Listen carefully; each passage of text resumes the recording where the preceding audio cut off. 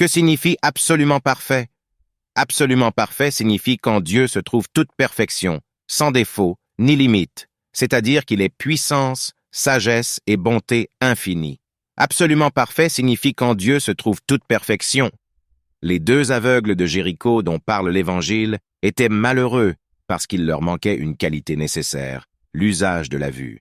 Et quand Jésus passa près d'eux, ils lui crièrent « Jésus, fils de David, ayez pitié de nous. » Le Sauveur fut ému et les guérit. Celui à qui il manque quelque chose que tous les autres hommes normaux possèdent, par exemple l'usage des jambes, de la vue, de la parole, est imparfait.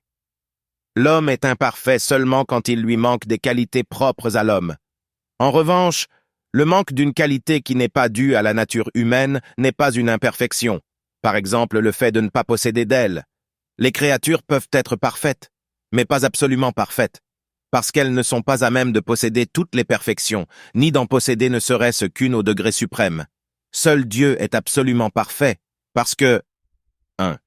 Il a toutes les perfections des êtres créés. Dans les créatures, nous admirons beaucoup de qualités ou perfections comme la beauté, la bonté, la science, la puissance. Mais qui a donné ces perfections? Dieu, qui possède nécessairement ce qu'il donne. 2. En lui se trouvent toutes les perfections possibles. Dieu peut créer un nombre infini d'hommes et de mondes plus parfaits que ceux qui existent. En lui se trouvent donc toutes les perfections qu'il pourrait communiquer à ce nombre infini d'êtres créables. 2. Sans défaut ni limite. La bonté et la patience des créatures ne sont pas infinies. Même la maman, comme tous les enfants le savent bien par expérience, toute bonne qu'elle est, finit par perdre patience. Aucune créature ne peut avoir une perfection infinie. Toutes nos bonnes qualités sont limitées dans le temps et dans leur degré de perfection. La science du maître n'est pas infinie parce qu'il ne connaît pas toutes choses. Plus il étudie, plus il s'aperçoit que nombreuses sont les choses qu'il ne connaît pas. Et il continue à étudier et à lire pour accroître ses connaissances et pour ne pas oublier ce qu'il a étudié. Si une créature possédait ne serait-ce qu'une seule perfection infinie, elle serait elle-même infinie et égale à Dieu. Nos perfections ne sont pas sans défaut et sans limite. Elles sont défectueuses. Nous ne connaissons pas tout, et ce peu que nous connaissons, nous le connaissons mal. Notre puissance ne peut pas tout faire. En outre, elles sont limitées en nombre. En effet, il y a beaucoup de perfections que nous ne possédons pas, telles que l'éternité d'origine, l'immortalité, etc. En revanche, les perfections de Dieu sont sans défaut et sans limite. S'il en manquait ne serait-ce qu'une seule, par exemple la science, ou s'il la possédait à un degré imparfait, il ne serait pas infini, et donc il ne serait pas Dieu non plus. Dieu ne possède pas seulement les perfections, mais il est toute et chacune de ses perfections.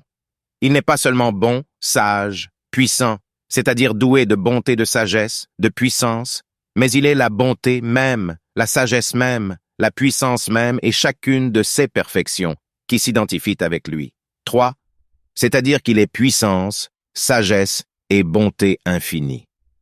En Dieu sont toutes les perfections et toutes s'identifient avec lui. Il est infini et donc ses perfections sont également infinies. Cependant, quelques-unes de ces perfections resplendissent plus à nos yeux parce qu'elles sont imprimées davantage dans les créatures, comme la puissance qui a créé toutes choses, la science qui les ordonne, la bonté avec laquelle il les conserve et les gouverne. Réflexion. Tout ce qu'il y a de beau, de bon, de parfait dans les créatures est aussi en Dieu à un degré suprême. Les créatures sont l'échelle par laquelle nous devons monter vers Dieu, par la connaissance et l'amour. Exemple 1.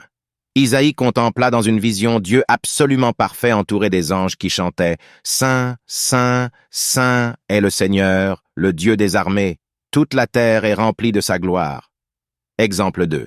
Le bienheureux Contardo Ferrini savait s'élever de la créature au Créateur avec grande facilité.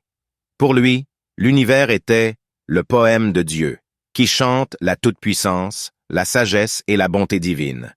Il écrivit à un ami « Viens avec moi, je te ferai connaître mes montagnes, et là, nous parlerons de Dieu.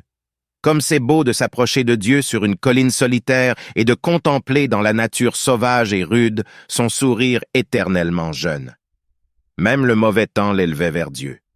L'ascension, la joyeuse fête du Sursum Corda, a été troublée ici par un ciel couvert de sombres nuages. Tant mieux. Ainsi je songe davantage que tout passe, c'est-à-dire que tout ce qui est terrestre n'est rien, que nous ne devons trouver notre repos en rien. Je pense au jour sans soir, au ciel qui n'aura pas de nuages.